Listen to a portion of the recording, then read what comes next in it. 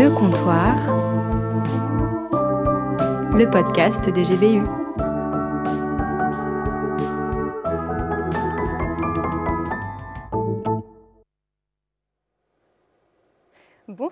Bonsoir à toutes, bonsoir à tous et bienvenue dans ce nouvel épisode du Comptoir. Nous sommes très heureux de vous accueillir. Hello à Eloconius, hello à Nebraska.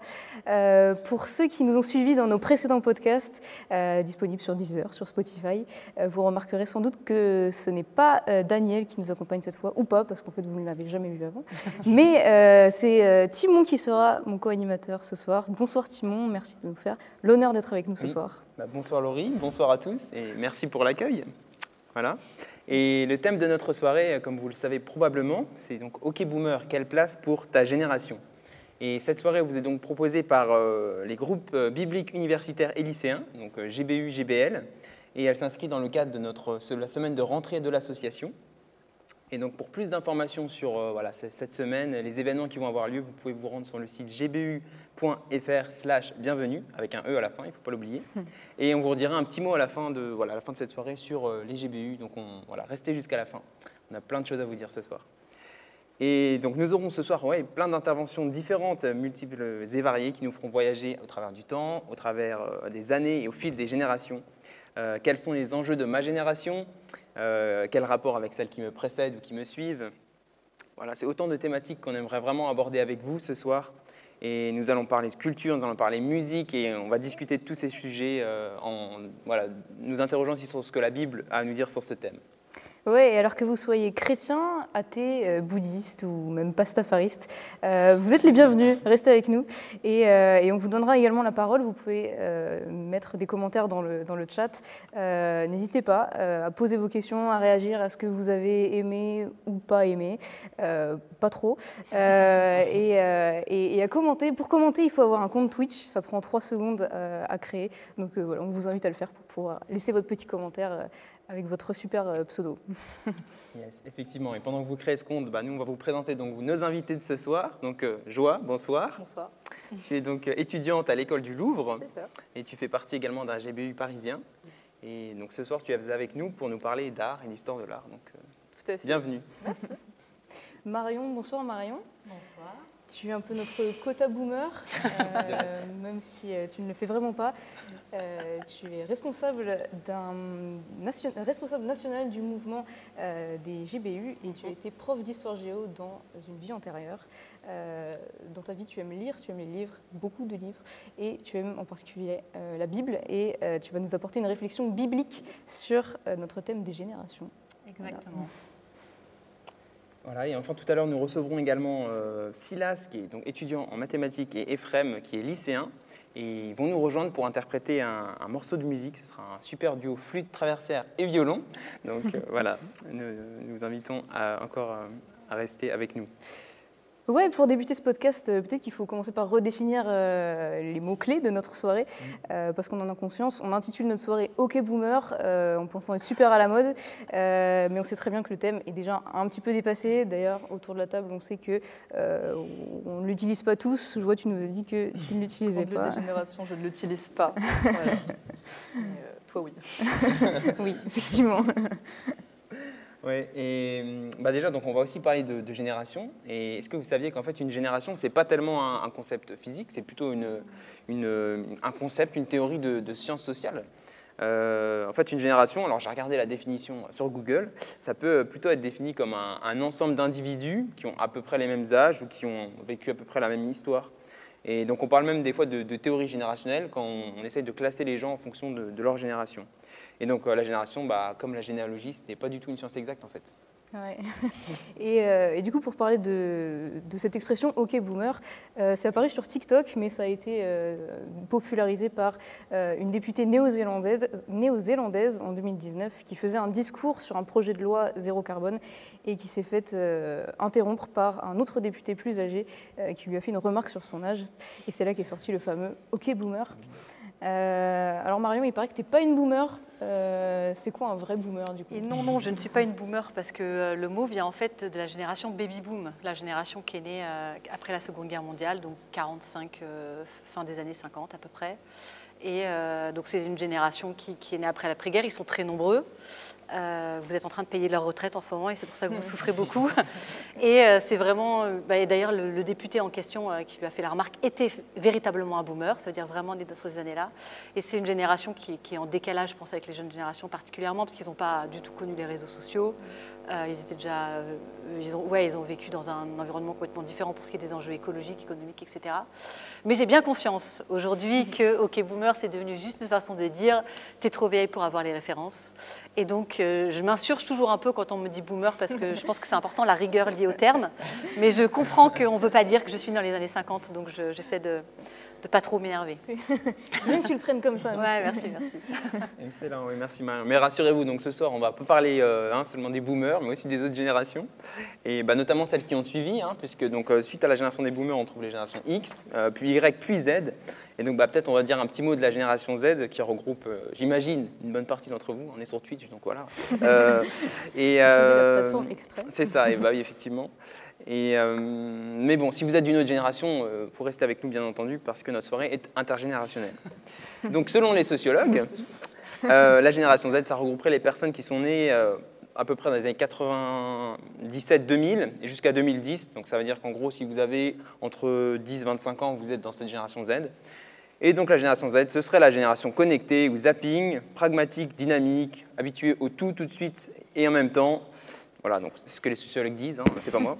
Mais c'est aussi une génération qui serait décomplexée, audacieuse, créative et entreprenante. Donc ça fait des aspects un peu plus, un peu plus positifs. Et c'est aussi une génération, on faisait le parallèle avec les boomers, qui communiquent énormément, et notamment via tous ces réseaux sociaux. Voilà, c'est pas, je pense, une découverte pour vous. Et alors, bon, comme je disais, ça reste un peu de la théorie des sociologues, donc n'hésitez pas à nous dire dans le chat si vous êtes d'accord avec eux ou si vous trouvez que c'est des gros clichés sur les plus vieux et les plus jeunes. Donc voilà. Mais Oui, et en attendant vos réactions, qu'on attend avec impatience, et j'espère que ça lag plus trop, j'aimerais poser cette question à nos deux invités et à vous qui nous suivez. Pour faire un rapide état des lieux, est-ce que vous vous sentez en décalage ou plutôt en phase avec les autres générations, donc les générations peut-être plus jeunes et peut-être plus âgées? Voilà. Tu veux prendre la parole? Je te laisse.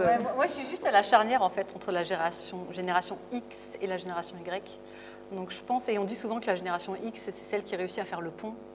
Donc moi, je ne me sens pas trop déconnectée. J'avoue quand même, avec la génération Z, j'ai l'impression de me voir en pire. Genre, je vois tous les défauts de ma génération, mais version XXX. Et ça a été pour moi un peu un travail de justement, avec le portrait Café Timon, là, de ne pas regarder que les trucs où en fait c'est nos défauts en pire, mais de regarder aussi tous les trucs cool, notamment la militance, l'engagement, le pragmatisme, beaucoup de flexibilité.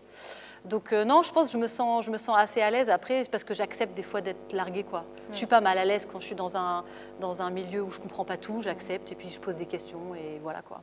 Donc ça va plutôt bien. Ça va. La preuve, c'est que je suis là avec vous ce soir. Donc, merci.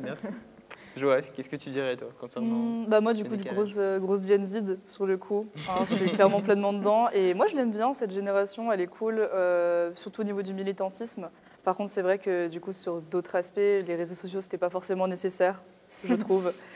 Du coup, mitigé, mais moi, j'avance bien dedans. Donc, j'imagine que la prochaine fera mieux, j'espère. Par rapport à ta génération, et par rapport aux générations plus anciennes, est-ce que tu te sens en complet décalage ou Pas trop, avec Marion ça va. Ouais. Ça va bien. Je comprends quand même pas tout ce que tu dis. Hein. C'est vrai, mais après ça c'est tout le monde, franchement. Peu de gens comprennent tout ce que je dis tout le temps, donc ça c'est pas très grave. Mais non, en vrai, génération X, du coup c'est la plus ancienne, c'est ça? Ouais. J'ai pas trop de contact avec. Genre je connais pas trop de gens de là, du coup je pourrais pas dire. Mais Y, non ça va. Tout va bien. J'espère que vous entendez effectivement bien. On a essayé de faire que nos invités se tapent pas dessus sur le plateau ce soir. Donc voilà. D'accord, merci pour en tout cas ces réactions. Et puis n'hésitez pas encore une fois à intervenir dans le chat. Voilà. Et donc ce qui est souvent mis effectivement aussi en avant avec ces générations, c'est finalement qu'une génération a besoin de se construire en se distinguant de celle qui la précède aussi parfois. Et là, ce qui est intéressant, c'est de faire un petit peu un parallèle avec finalement l'art, l'histoire de l'art, et c'est pour ça que Jo est avec nous, et donc c'est ce qu'elle nous partage dans sa chronique.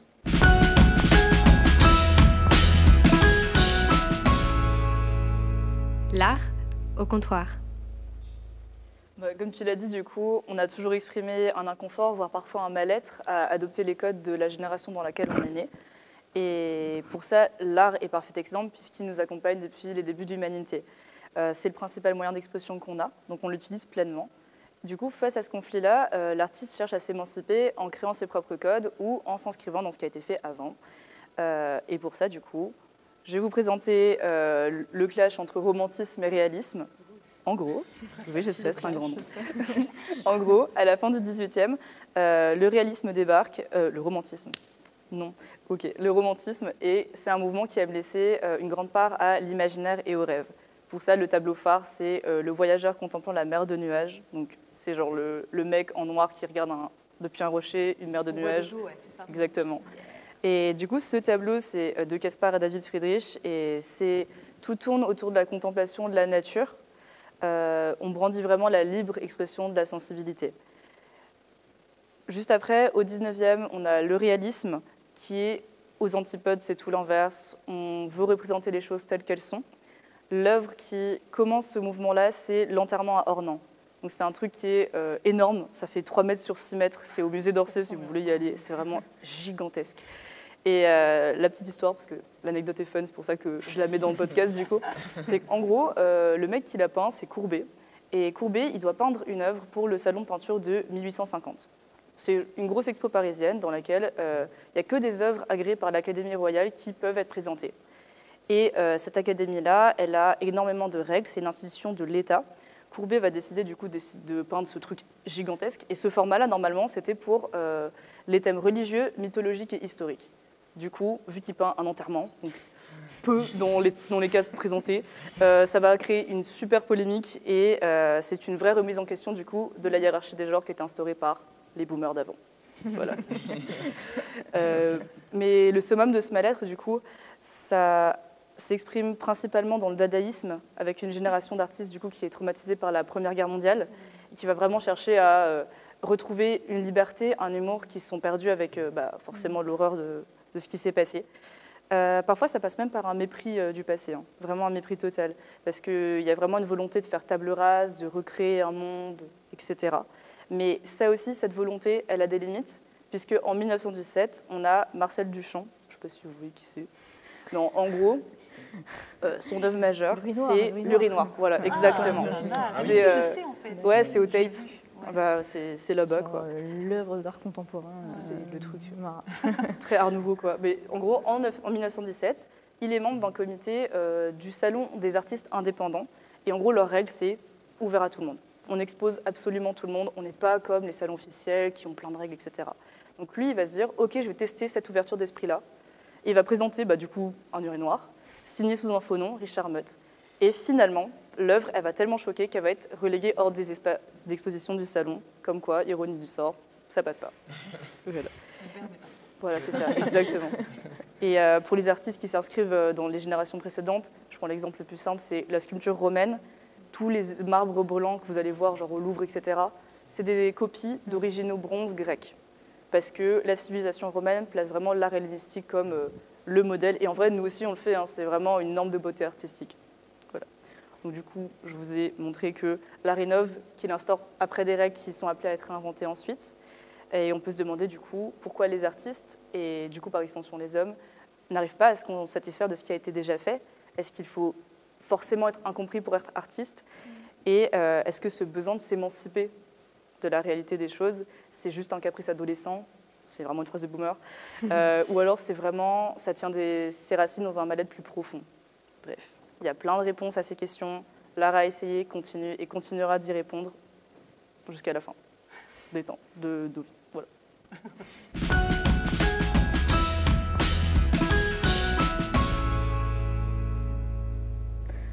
Merci Joa, merci pour cette chronique qui nous rappelle que l'art et les artistes posent des questions universelles aux hommes. Si vous avez des questions à poser à Joa, Pas trop technique apparemment, mais autre que quel sera le nom de la prochaine génération, parce que je vois que c'est ce qui anime le chat en ce moment. Si vous avez des questions à poser Je pense que ce à sera Alpha, je peux répondre. Alpha, D'après- eh ben, il y a des gens qui ont dit que ce serait, Ouais, que a ce serait priori, c'est Alpha. ce que disent les sociologues, ça va vers Alpha, mais on n'est pas sûr. On a Caillou Twitch, je crois, qui a dit génération Prout, mais je pense que ça... Non, je pense que c'est plutôt Alpha. Oui, j'ai Ouais. également vu Génération Alpha sur Internet, Ouais. donc je pense que c'est je pense ce qui... que ça Ils y pensent déjà. Bah, Ouais. ils Après sont là, hein, 2010. ils sont là, ils Bah, sont à la génération porte, hein. Z, il faut trouver un Les- truc. les filles, là. Oh, tout de suite.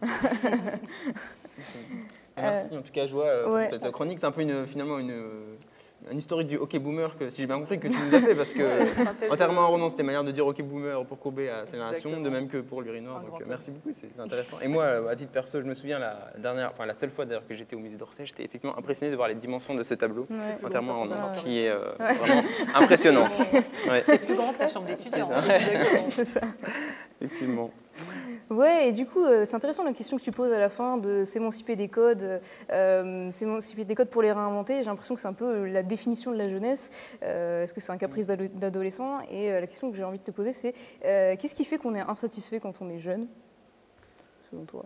Je pense déjà le manque d'expérience fait que tu n'as pas vécu les choses. Donc forcément, tu es toujours dans cette volonté de tout expérimenter pour te faire le propre avis parce que ce que tes parents te disent, ils ne savent pas, ils ne sont pas à ta place, ce genre de choses. Mais après, tu peux peut-être m'aider à répondre. Enfin, tu as l'air intelligent. Ouais. Si, je suis carrément d'accord. Je pense qu'il y a une partie de la frustration aussi qui est en fait, on nous propose des réponses à des questions qu'on ne s'est pas encore posées. C'est le principe de l'enfance en fait. Les parents, ils arrivent avec leur vécu et donc ils nous proposent des réponses sur la vie à des questions qu'on ne s'est pas encore posées. Et il y a des questions, en fait, il faut trouver ses propres réponses, c'est obligé, c'est comme ça qu'on grandit, c'est comme ça qu'on se construit et tout. Et je trouve que des fois, pour plein de choses dans la vie, les réponses toutes faites, ça ne va pas. Et il y a un moment donné où tu commences à te poser des questions et tu as besoin en fait de tout réinventer. Ça fait partie, à mon avis, du processus du fait de grandir quoi, et de te séparer. Je sais pas, couper un cordon ombilical philosophique, j'en sais rien. Mais... Donc je pense qu'il y a aussi un peu cette frustration. En fait, on te propose une vision du monde et que toi, tu dois... Voilà, on te propose des réponses à des questions que tu t'es pas encore posées. Et quand tu commences à te les poser, on te dit « Oh là là !» En fait, la réponse, elle est là. Oui, mais en fait, ça, c'est ta réponse. Moi, je veux bien chercher un peu la mienne, quoi. Donc, je pense que moi, j'ai quand même l'impression que c'est obligatoire que chaque génération remette en question, et c'est même bien, en fait. Parce que la remise en question, c'est pas forcément tout jeter. Ça permet de trier, en fait, de prendre les choses que tu veux garder et de progresser. Je pense que c'est comme ça qu'on progresse, alors dans la mesure où on peut quand même progresser, mais c'est comme ça qu'on progresse, en tout cas à l'échelle individuelle. C'est comme ça qu'on se dit, ok, je veux prendre les trucs cool de mes parents, et puis en même temps, je veux faire mieux sur d'autres trucs et tout, et c'est super positif. Et aussi, au niveau de la prise de conscience, tout à l'heure, on parlait du militantisme.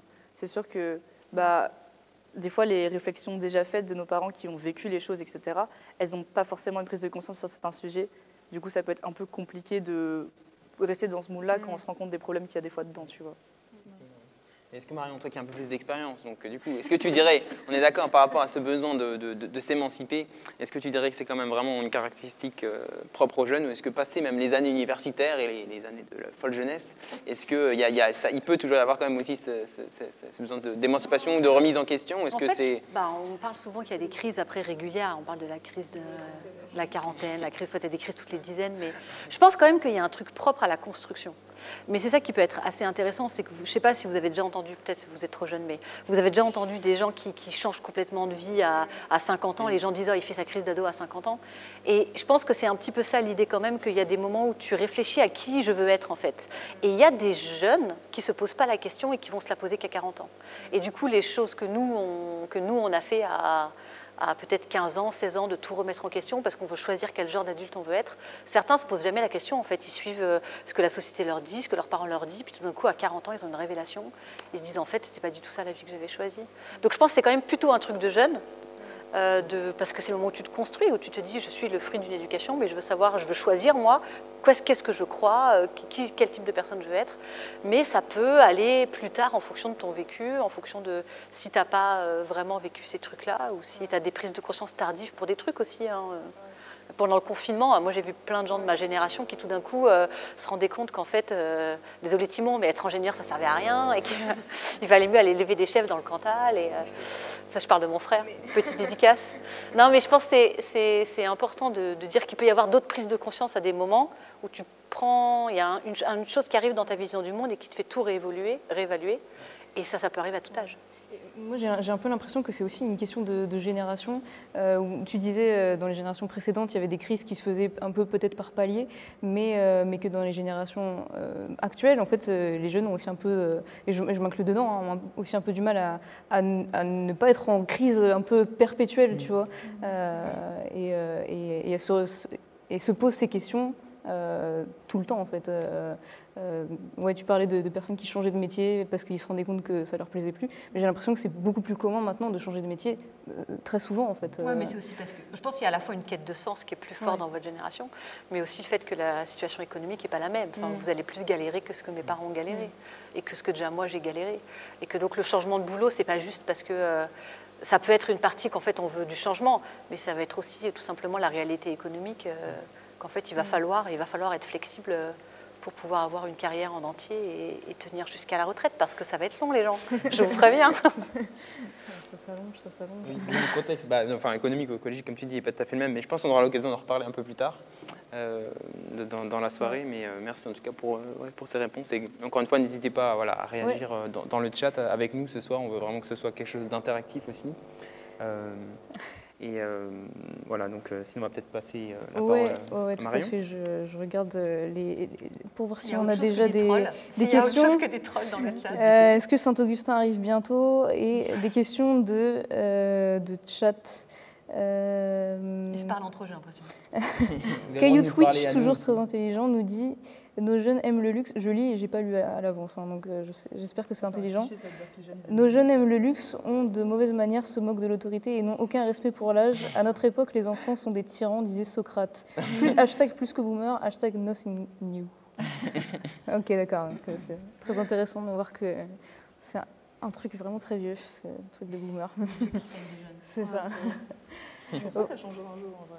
C'est normal en soi. Ouais, je pense que c'est comme ça que les générations se construisent. Oui, je pense. Orwellson disait toutes les générations disent que celle d'après fait n'importe quoi. Cliché. Ouais, c'est vrai. On voit que les générations ne sont pas toujours sur la même longueur d'onde. Dans l'histoire de l'art, merci Joa, comme dans la vraie vie.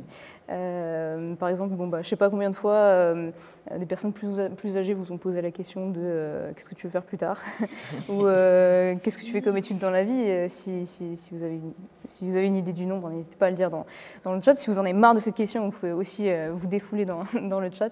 Et c'est vrai que c'est parfois difficile de gérer cette pression de la société et des aînés qui s'inquiètent gentiment, mais qui s'inquiètent quand même pour nous, pour notre avenir. Et on veut bien travailler, épargner, mais en même temps, est-ce qu'on vit que pour ça? Et je me tourne vers Marion, qui nous a concocté une chronique biblique sur cette thématique. Alors Marion, est-ce que en tant que jeune de la génération Z, même si j'ai du mal à me considérer comme génération Z, est-ce que j'ai le droit de profiter de la vie ou est-ce que je dois attendre la retraite?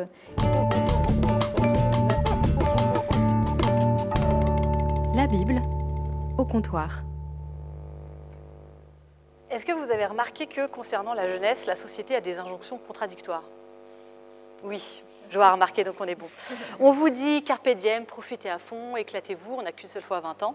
Mais en même temps, comme Laurie l'a déjà relevé, on vous dit, as-tu choisi une filière qui te permettra d'être dans un emploi stable? Toi, clairement, non. Il te faut un plan d'épargne logement. Est-ce que tu penses à ta retraite? Mais du coup, concrètement, on fait quoi? Est-ce qu'on profite sans penser au lendemain ou est-ce qu'on pense au lendemain? Je vous propose une réponse tirée d'un texte de la Bible qui se trouve dans l'Ancien Testament. L'Ancien Testament, c'est la partie de la Bible que les chrétiens ont en commun avec les Juifs. Ça se trouve dans l'Ecclésiaste et je vais vous lire juste quelques phrases tirées du chapitre 11 et du début du chapitre 12. « Jeune homme, réjouis-toi de tes jeunes années, que ton cœur te rende heureux pendant les jours de ta jeunesse. Suis les voies de ton cœur et les regards de tes yeux. Sache que pour tout cela, Dieu te fera venir en jugement. Écarte donc de ton cœur la contrariété, éloigne le malheur de ton corps, car jeunesse et fraîcheur ne sont que futilité. Souviens-toi de ton Créateur pendant les jours de ta jeunesse, avant que viennent les jours du malheur et qu'arrivent les années où tu diras « Je n'y trouve aucun plaisir ». L'Ecclésiaste, c'est un livre de réflexion sur la vie, écrit par un philosophe, poète de langue hébraïque de son époque, entre le 10e et le 5e avant Jésus-Christ, 5e siècle avant Jésus-Christ, je fais large.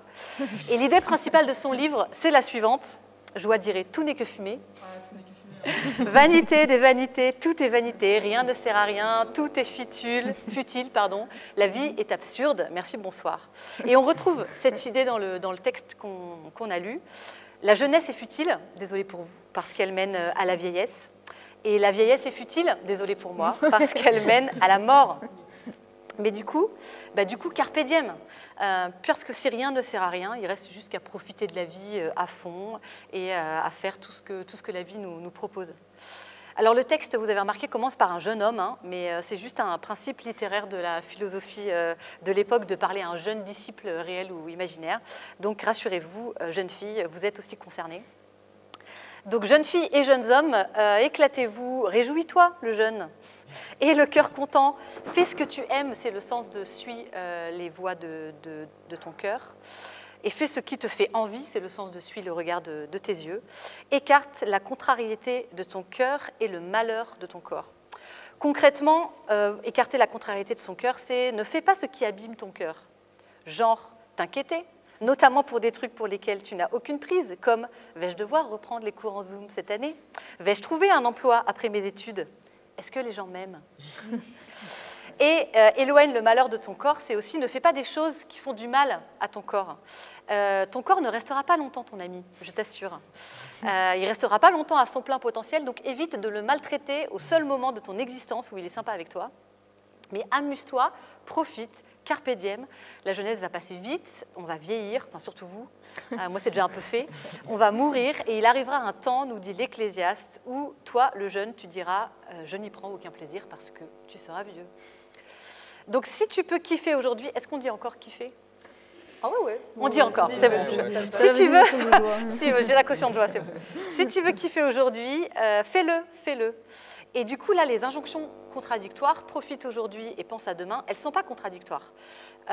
C'est parce que tu penses au lendemain, que tu sais que ça va être chaud et qu'il va vite arriver, que du coup, tu vas profiter un maximum. Pense à demain pour réaliser que demain, ça va être compliqué et que c'est maintenant qu'il faut profiter. Mais évidemment, je vous entends vous dire, vous, les gens derrière le chat, là, oui, mais Marion, comment profiter? Je ne suis pas dans la filière que j'ai choisie, merci Parcoursup. Mon avenir est incertain et ma copine vient de me larguer. Et je ne sais pas avec quel argent je vais payer mes frais de scolarité, etc. J'espère que ce n'est pas la même personne à qui il arrive tout ça.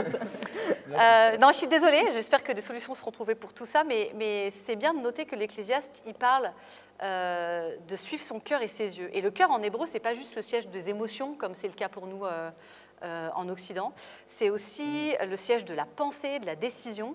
Ça veut dire que ça dépend de nous. En partie. C'est en partie une question d'état d'esprit, de choisir en fait d'être heureux. Et en parlant des yeux, les yeux qui regardent le monde, l'Ecclésiaste nous dit qu'on peut aussi, ça dépend aussi du regard qu'on pose sur les choses, de ce qu'on choisit de regarder, de ce qu'on choisit de ne pas regarder. Comme disait Tolstoï, j'espère que vous savez qui est Tolstoï, sinon vous allez le googliser tout de suite. Si vous voulez être heureux, soyez-le. Soyez-le. On peut choisir de se laisser bouffer et détruire par le malheur, parce qu'il y en a, ou de voir le verre à moitié plein et de kiffer, car j'ai le droit de le dire, sa vie. Mais l'Ecclésiaste, ce n'est pas juste un coach de vie particulièrement sage et pertinent, c'est surtout un croyant très convaincu, et comme tous les croyants très convaincus, il a cette habitude d'inviter Dieu dans son discours. Il dit donc, profite à fond, évite le malheur, va vers le bonheur et le plaisir, mais rappelle-toi que Dieu va te juger. L'histoire du jugement, on est vraiment face à une croyance centrale dans le judaïsme et dans le christianisme. Dieu, le Créateur qui nous a donné la vie et la terre pour profiter, nous demandera des comptes sur la façon dont on a profité. Est-ce qu'on a bien pris soin les uns des autres? Est-ce qu'on a bien pris soin de la terre, de la nature? Est-ce qu'on a respecté le plan du Créateur concernant le monde, ou est-ce qu'on en a fait qu'à notre tête? Et donc, après son injonction à nous éclater, il nous dit, injonction contradictoire, point d'interrogation, de nous rappeler que nos actes ont des conséquences. Des conséquences pour les autres, bon ça je pense que c'est évident pour vous, hein, si ça te réjouit de jouer de la cornemuse la nuit dans ta cité U, tu dois avoir conscience que c'est pas sympa pour les autres qui eux du coup ne se réjouissent pas d'une bonne nuit de sommeil, mais aussi des conséquences pour soi-même. Est-ce que vous savez ce qu'est la dopamine? Je pense que vous savez quand même, parce qu'on en a beaucoup entendu parler ces dernières années. La dopamine, c'est un neurotransmetteur qui nous procure de la joie.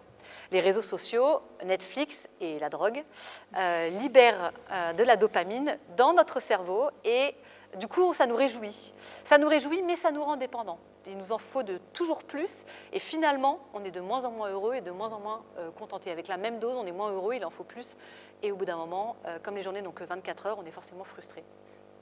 Il y a des choses qui nous réjouissent à court terme, mais qui en fait nous tirent une balle dans le pied à long terme. Mais nous, des fois, on ne sait pas. En fait, on fait un truc, on ne sait pas forcément que les conséquences à long terme vont être mauvaises. Mais Dieu, lui, le sait. Et du coup, là non plus, dans la pensée de l'Ecclésiaste, il n'y a pas de contradiction entre penser à l'avenir et jouir du moment présent, parce que penser aux conséquences de nos actes va nous aider à bien nous réjouir maintenant, à avoir une jouissance qui ne sera pas éphémère, qui ne sera pas insatisfaisante, qui ne sera pas solitaire. Mais comment nous assurer que notre joie sera durable et sociable? Eh bien, l'Ecclésiaste donne sa méthode avec cette phrase « Souviens-toi de ton Créateur durant les jours de ta jeunesse ». Se souvenir de son Créateur, c'est pour l'Ecclésiaste la façon ultime de profiter de sa jeunesse. Je ne sais pas si ça vous fait rêver. Vous pouvez dire dans le chat si ça vous fait rêver ou pas. C'est en ignorant le fait qu'on a un Créateur qui nous connaît, qui connaît nos besoins, qui connaît comment est-ce qu'on peut bien prendre notre place dans le monde, qu'on va gâcher notre jeunesse. Si on a un Créateur qui est à la fois notre origine et notre avenir, alors c'est maintenant qu'il faut se souvenir de lui, qu'il faut le connaître. Ne gâchez pas votre jeunesse en passant à côté de ce qui va combler parfaitement votre désir de sens, votre désir d'absolu, votre désir d'amour. Et connaître le Créateur, ça a un double effet sur le bonheur.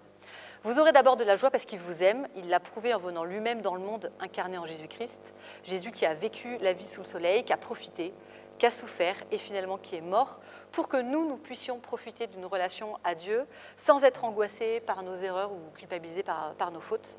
On peut vivre la joie d'une relation complète, gratuite et éternelle avec Dieu. Ça, c'est le premier effet, le bonheur de la relation. Mais le deuxième, c'est qu'avoir une relation avec le Créateur, ça donne en fait du goût à tout le reste. Ça permet de voir le verre à moitié plein, ça permet de se réjouir et de s'émerveiller des moindres trucs du quotidien. C.S. Lewis, l'auteur des Chroniques de Narnia, disait que, c'est une dédicace à Daniel qui cite toujours C.S. Lewis d'habitude, donc j'y vais quand même. Il n'y aura pas Saint-Augustin, Daniel, désolé. C.S. Lewis disait que sa foi en Christ était comme sa foi dans le lever de soleil. Il n'y croit pas seulement parce qu'il le voit, mais que grâce à lui, il voit aussi tout le reste. Alors faites fi des injonctions contradictoires et profitez de votre jeunesse, mais en pleine lumière.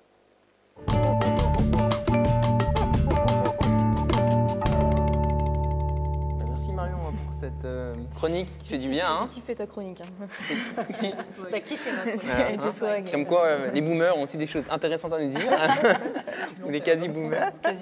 Voilà, j'espère que tu joues pas de la cornemuse dans ta cité. Non, alors je suis en cité U, mais je ne joue pas de cornemuse, heureusement, pour mes voisins. C'est bien. Et... Tu peux toujours t'insonoriser une chambre comme si la On peut trouver des solutions, c'est sûr. Et ouais, merci Marion. Donc ce que tu nous as apporté, tu dis aussi qu'il ne faut pas essayer donc de ne pas s'inquiéter pour les choses sur lesquelles on n'a pas forcément d'emprise. Et que la vision de la vie qu'on a, c'est un état d'esprit. Enfin, si tu me dis si j'ai pas bien compris, mais voilà. Tu dis amuse-toi, profite, voilà. Mais ma question, c'est un peu, est-ce que cette injonction donc, de l'Ecclésiaste, elle est vraiment encore toujours valable aujourd'hui? En réfléchissant avec Laurie, on pensait aux attentats du 13 novembre 2015. Là, le procès qui se déroule, on a trouvé, là, c'est quelqu'un qui disait ce qui a été perdu le 13 novembre 2015, c'est une forme d'innocence, c'est un phénomène qui prend une forme générationnelle et qui se retrouve dans la société française. Donc on peut penser à ça, on peut penser d'une manière générale en fait, au contexte qui est un petit peu différent. On va en parler du contexte économique, du contexte écologique, même environnemental, on pourrait en parler aussi. Vaste sujet.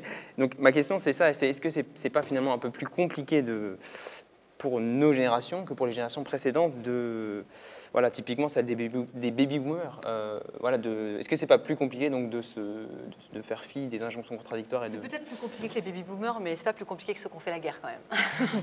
Non, je pense que justement le truc avec l'Ecclésiaste, c'est que le rapport au bonheur qu'il propose, c'est un rapport au bonheur qui peut fonctionner dans quel que soit le contexte, parce que c'est quelque chose, c'est un état d'esprit et c'est quelque chose que tu trouves au fond de toi dans ta relation à Dieu. C'est comme, si je dois prendre l'image, c'est comme l'idée d'avoir, c'est un fond d'écran quoi, un fond d'écran qui serait de la joie.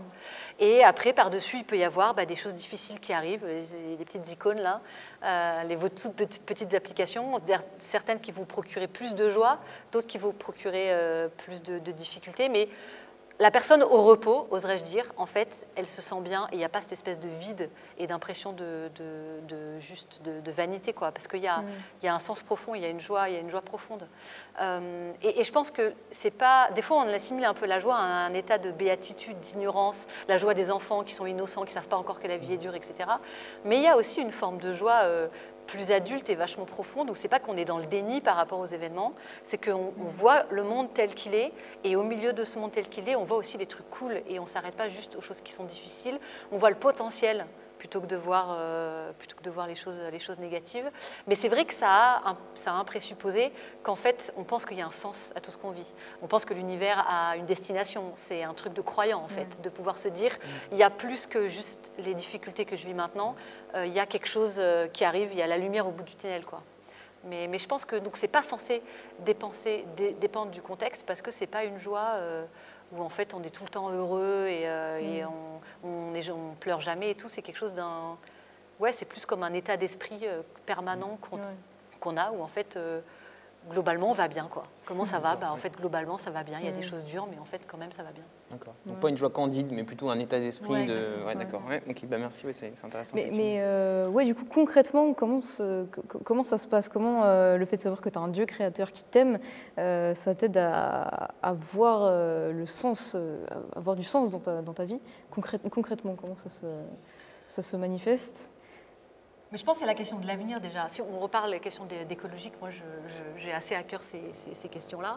Et c'est évident que si je ne pensais pas que la Terre avait un avenir, je pense que mon combat écologique il serait différent, je vivrais de manière... Il ne serait pas moins fort, la preuve est toutes les personnes athées qui s'engagent.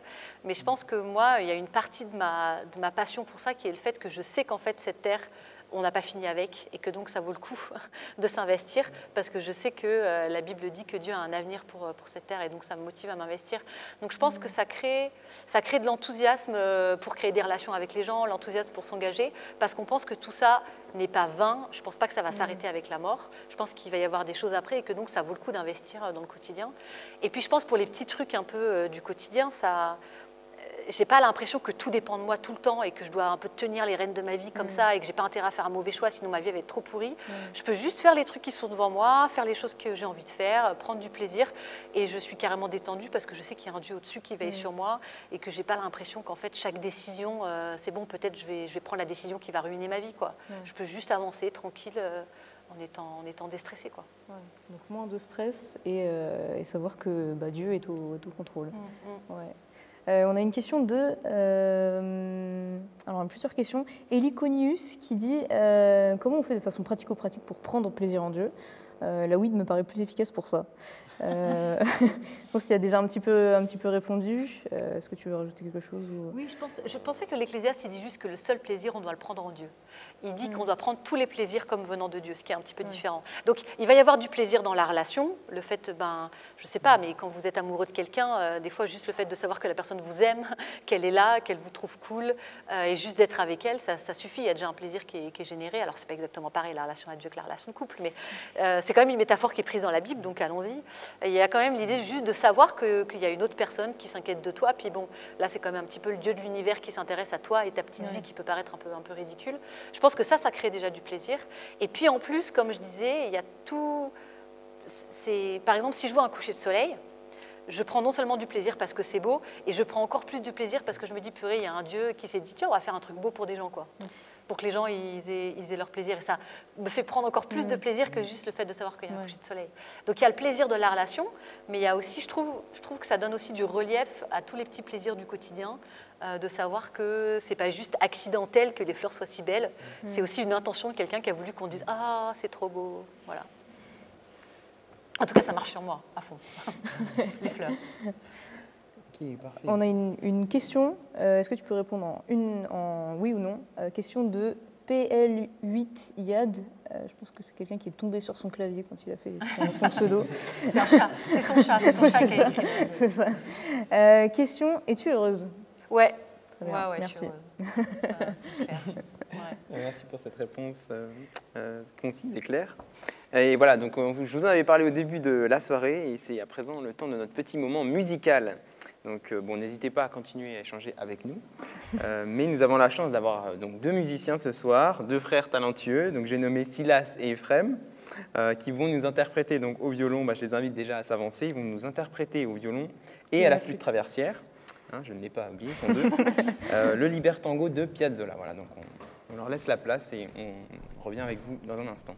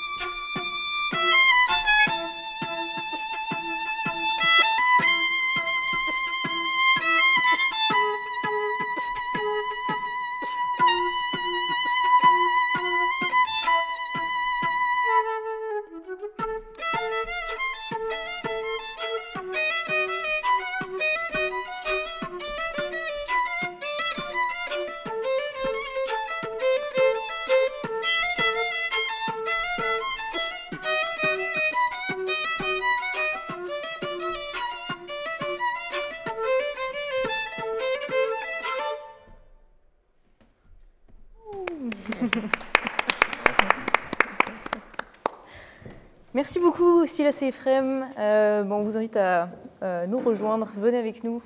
Venez prendre la place de Joie et Marion. Très beau, magnifique. Petite particularité de flûte traversière et beatbox en même temps. Une super version. Vous avez choisi de reprendre... Non, attendez, je vais quand même vous présenter d'abord. Pour ceux qui ne vous connaissent pas, donc tu es Silas et tu es Ephrem. C'est ça. Voilà. Donc vous avez choisi de reprendre le fameux Libertango de Astor Piazzolla, qui est un compositeur argentin. Alors pour la petite histoire, et vous m'arrêtez si je dis n'importe quoi, mais c'est une œuvre qui a été composée en 1974 en Italie et qui est devenue une des œuvres les plus reprises de Piazzolla, et on dit qu'il y aurait plus de 600 reprises. Donc c'est vraiment beaucoup. Et le titre Libertango, c'est un mélange entre le mot liberté et tango. Et Piazzolla voulait se démarquer du tango traditionnel avec un nouveau type de tango, le tango nuevo. C'est bien ça, je ne me suis pas trompée. C'est ça. T'en sais plus que nous. Oui, voilà. Merci beaucoup. En tout cas, effectivement, c'était magnifique. J'étais impressionné.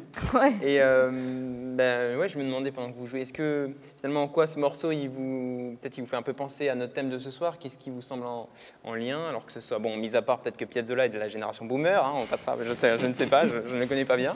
Mais est-ce que, voilà, par rapport aux générations ou par rapport même à ce que je vois dit, peut-être par rapport à l'art, parce que finalement, la musique est quand même vraiment un art aussi, je ne sais pas. Qu'est-ce que vous diriez? Donc un peu le lien entre ce morceau et notre thème de ce soir. Oui, merci. Alors Piazzolla était un grand compositeur argentin, comme tu l'as dit avant, mais ce qu'on sait assez rarement, c'est qu'il a fait des études ici en France, en fait, au Conservatoire américain de Fontainebleau, auprès de Nadia Boulanger. Alors la composition qu'on apprend au conservatoire, c'est une affaire où essentiellement on apprend beaucoup la culture des compositeurs antérieurs, etc. On apprend à réinterpréter les choses. Et c'est justement Nadia Boulanger qui a réorienté en quelque sorte Piazzolla vers la musique populaire de l'Argentine. Et donc Piazzolla a dû tracer une nouvelle voie, comme tu l'as dit tout à l'heure, entre les compositeurs anciens qu'il a pu étudier et la nouvelle musique, les nouveaux tangos qu'il a pu composer plus tard. On l'a aussi choisi parce que le tango, c'est une danse qui est appréciée par toutes les générations. Donc voilà. D'accord, donc intergénérationnel. Donc ouais, effectivement, je pense qu'on a tous apprécié ici ce morceau. Ouais, effectivement. Et puis, comme je vois qu'il y a beaucoup de commentaires très positifs dans le chat. J'ai notamment génial les percus dans la flûte. C'est vrai que c'était déjà un tango nouveau et tu y rajoutes encore une nouvelle version. Une question que j'ai envie de vous poser, c'est donc dans la vision actuelle du monde, ça pourrait être qu'on recherche tous la liberté, mais quand nous sommes jeunes, ce que disait Marion dans sa chronique tout à l'heure, nous n'avons pas pleinement la liberté parce qu'il nous faut encore grandir en autonomie financière ou intellectuelle. Et quand on est vieux, on n'en a plus les capacités, on est vieux et notre corps est plus sympa avec nous, c'est ce que disait Marion tout à l'heure. Est-ce que vous vous sentez libre aujourd'hui et qu'est-ce qui fait que vous l'êtes ? Je ne sais pas qui veut commencer. Ephrem, peut-être. Je vais commencer alors. Par rapport à, prenons l'exemple de l'autonomie financière, je pense que c'est normal en tant que jeune que je ne sois pas autonome financièrement, sinon ça pourrait partir en désastre. Mais justement, en fait, le fait que mes parents m'offrent des possibilités, payer pour mes études, par exemple au conservatoire, ça me donne de la liberté. Et donc je pense que parfois les contraintes qui sont posées par nos parents peuvent être bénéfiques. Donc, ouais. Oui, je ne dirais pas forcément que je suis complètement libre maintenant, aujourd'hui, le vendredi 24 septembre.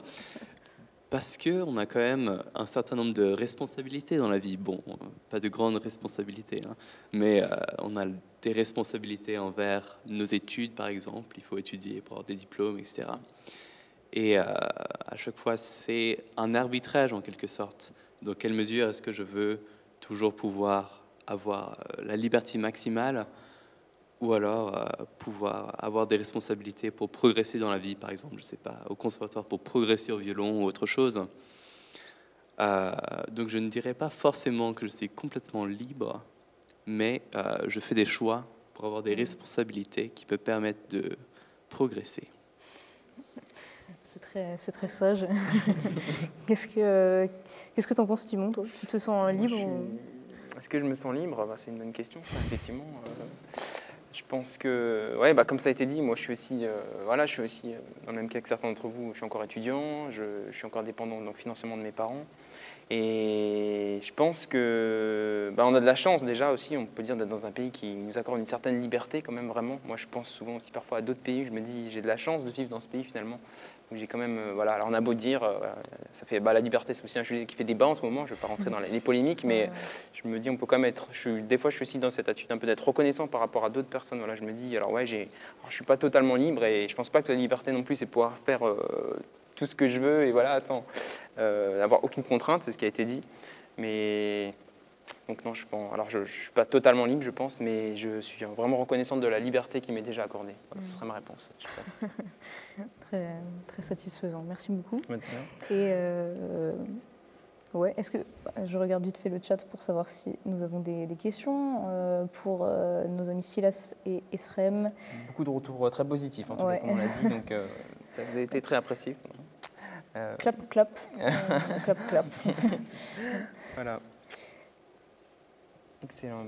Pas de questions. Donc, nous vous remercions beaucoup d'être venus. On va rappeler Joa et Marion qui vont terminer la soirée avec nous. Très bien, merci pour votre accueil. Beaucoup. Merci. Merci. Bonne soirée. Voilà. Et donc toujours dans notre thématique des générations, on a parlé un peu des oppositions, la différence de longueur d'onde qu'il pouvait y avoir entre certaines générations, et on pourrait parler aussi finalement des interactions. Parce qu'en effet, je ne sais pas si vous en avez conscience, moi j'en ai pris conscience récemment aussi, mais parfois on adopte même des codes en fait, dont on n'a même pas conscience ou même plus conscience pour communiquer ou interagir avec les autres. Et donc c'est Laurie qui a réfléchi à ça justement et elle va nous partager ça dans sa chronique.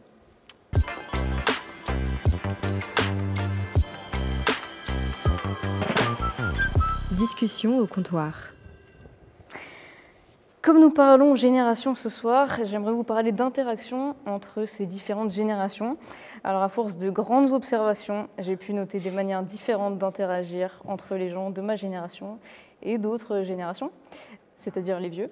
Je propose de vous livrer ce soir un guide pratique de discussion. Alors commençons par le fait d'entamer une conversation. Si je veux le faire avec une personne de mon âge, je peux lui dire « Wesh meuf, ça raconte quoi, ça dit quoi ?» Avec une personne âgée, je peux lui dire « Bonjour » ou « Bonsoir ». Si c'est après 18h, il ne faut pas se tromper.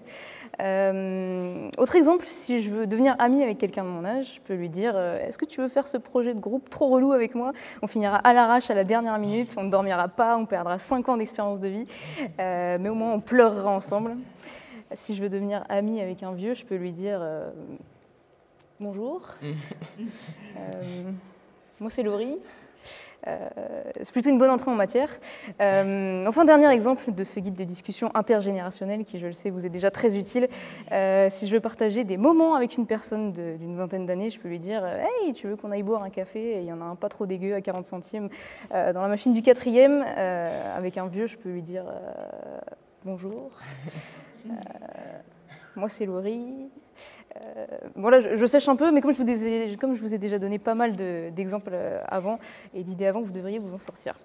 Alors, si vous n'êtes pas satisfait de mes conseils pour entrer en interaction avec des personnes d'autres générations, peut-être que ceux d'Erving Goffman, sociologue et linguiste américain, vous seront d'une plus grande utilité.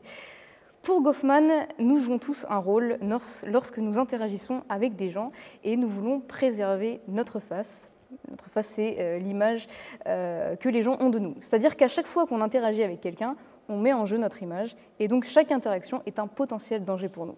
Si je vous dis par exemple « bonjour » et que vous me répondez « bonsoir » ou que vous ne me répondez pas, si je vous tutoie et qu'en retour vous me vouvoyez, ça touche à mon image, ça veut dire que j'ai mal fait quelque chose, et ça crée une sorte de malaise, un inconfort qui me fait perdre la face.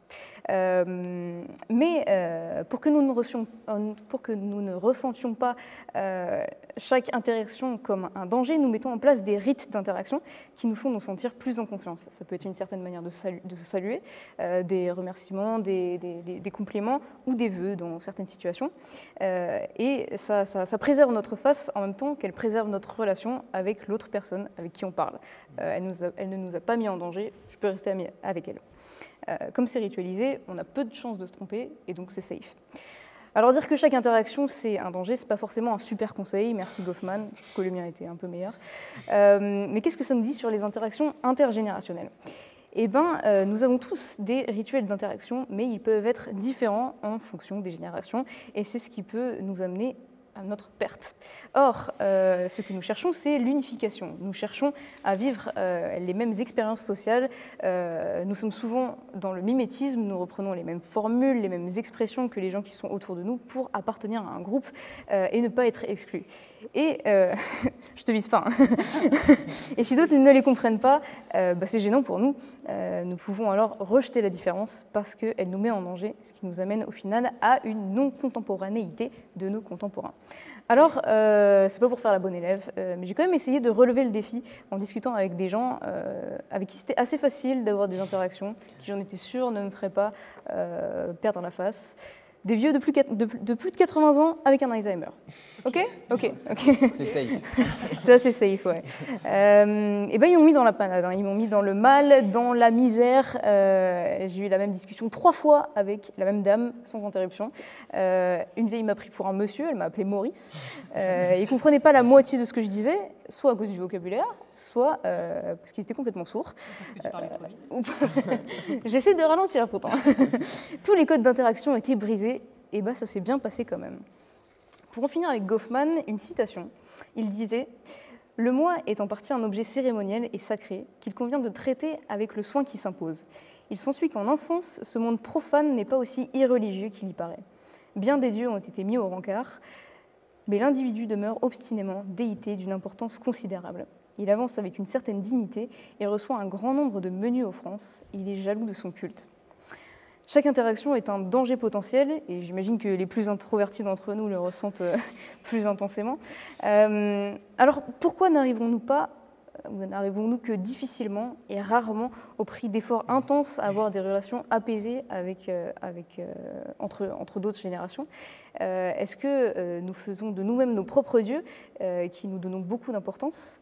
Le Dieu de la Bible, celui qui a été mis au rencard selon Goffman, le Dieu de la Bible affirme, lui, que sous son règne, les jeunes et les vieillards danseront ensemble. Alors peut-être que d'avoir des relations apaisées avec les vieux, ce n'est pas le but principal de notre vie, peut-être qu'on a d'autres priorités, mais n'avons-nous pas envie de ne plus considérer les autres comme un danger? La vision biblique, ce n'est pas seulement celle des jeunes et des vieux qui interagissent. Dans la Bible, ils dansent même ensemble. C'est un partage bien plus poussé. Et ma question, c'est est-ce que c'est quelque chose que vraiment nous souhaitons? Et est-ce que nous sommes prêts à nous décentrer de nous-mêmes? Et est-ce que nous sommes prêts à danser avec les vieux?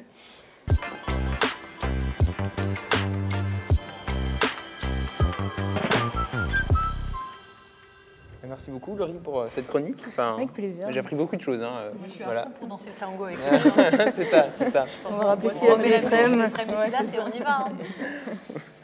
C'est ça. Ouais, merci beaucoup. Comme dit, Goffman, voilà, je ne sais pas si ça vous J'avais a jamais parlé. entendu Moi, parler. jamais entendu parler, mais Mais merci. on a appris beaucoup de choses. Et voilà, et puis donc n'hésitez pas aussi à nous faire part de vos réactions ou vos commentaires dans le chat. Et puis peut-être que notre live touche tout doucement à sa fin. Tout doucement vers sa fin, ouais. Mais voilà, donc vous inquiétez pas, le GBU vous réserve encore bien des surprises. Et peut-être tout d'abord, je vais te dire un petit mot sur les GBU, GBL. Donc comme on vous l'a dit au début, cette soirée est organisée par les groupes bibliques universitaires et lycéens. Donc c'est une association étudiante et lycéenne, hein, c'est dans le nom quand même, qui organise des discussions en fait autour de la Bible. Et donc c'est animé par les participants, les étudiants ou les lycéens en fonction du cas. Et c'est vraiment ouvert à tous, de tous les backgrounds, comme dirait Laurie. Et voilà, donc on l'a déjà évoqué, donc ce podcast s'inscrivait dans le cadre de la semaine un peu de rentrée de l'association. Et donc il y a encore plein d'événements qui sont à venir, donc on vous fait un petit aperçu avec Laurie, voilà, donc n'hésitez pas. Ok, alors let's go pour les événements de cette semaine ou de la semaine prochaine. On commence par, accrochez-vous parce qu'il y en a quelques-uns. Mercredi 29 septembre à 20h, il y aura un chrétien sur le grill, sur Zoom, plateforme que vous connaissez plus ou moins bien. Deux chrétiens répondent avec honnêteté, détente et bienveillance à toutes les questions sur la foi chrétienne que vous leur poserez dans le chat. Vous pouvez y aller poser des questions bien difficiles, à vous d'essayer de les griller. Voilà, mercredi. Exactement, et donc jeudi 30 septembre à 20h, il y aura également une soirée porte ouverte des GBU, donc également sur Zoom, hein, voilà, désolé, on ne sera pas toujours sur Twitch, voilà, donc ce sera vraiment là, un temps convivial interactif, ce sera une petite heure, vraiment donc, pour découvrir les groupes bibliques universitaires, rencontrer d'autres étudiants, et voilà, présentation des GBU, interview d'étudiants, discussion par petits groupes. Donc vraiment, si vous avez envie d'en savoir juste un peu plus, alors peut-être vous êtes intéressé même de connaître l'association, ou juste vous êtes curieux, vous voulez savoir qu'est-ce que c'est que ce truc GBU. Donc n'hésitez pas à venir, c'est ouvert à tous, ce sera vraiment un temps convivial. Ouais, et alors là, il faut s'accrocher parce qu'on revient en arrière. On a bien géré nos annonces. C'est ce samedi 25 septembre à 18h30. C'est spécialement pour les lycéens, s'il y en a qui nous regardent. L'événement s'appelle Jésus, fou, menteur ou fils de Dieu. C'est encore sur Zoom. Qui est Jésus pour vous ? C'est une question qu'on se pose peu, mais tout le monde a une opinion sur le sujet. Est-il fou, menteur, fils de Dieu? Lors de cette soirée, c'est un orateur qui abordera cette question du point de vue de la société et puis du point de vue chrétien. Et ce sera aussi l'occasion de poser des questions, de débattre sur le sujet. Voilà, un événement à ne pas manquer pour les lycéens. Oui. Voilà, et enfin, donc la dernière annonce, c'est bon, on voit le bout, jeudi 21 octobre, donc ça c'est un petit peu plus loin, mais vous pouvez déjà noter la date. Un super événement, donc Forum Veritas. En fait, il s'agit d'un débat entre deux intervenants. Et donc là, il s'agira en l'occurrence de Gaël Giraud, qui est donc économiste et prêtre jésuite, et Jean-François Mouot, qui est directeur d'une association environnementale chrétienne également. Ils vont débattre donc sur le thème qu'on n'a pas trop le temps de développer ce soir, mais qui est vraiment, je pense, un thème d'actualité.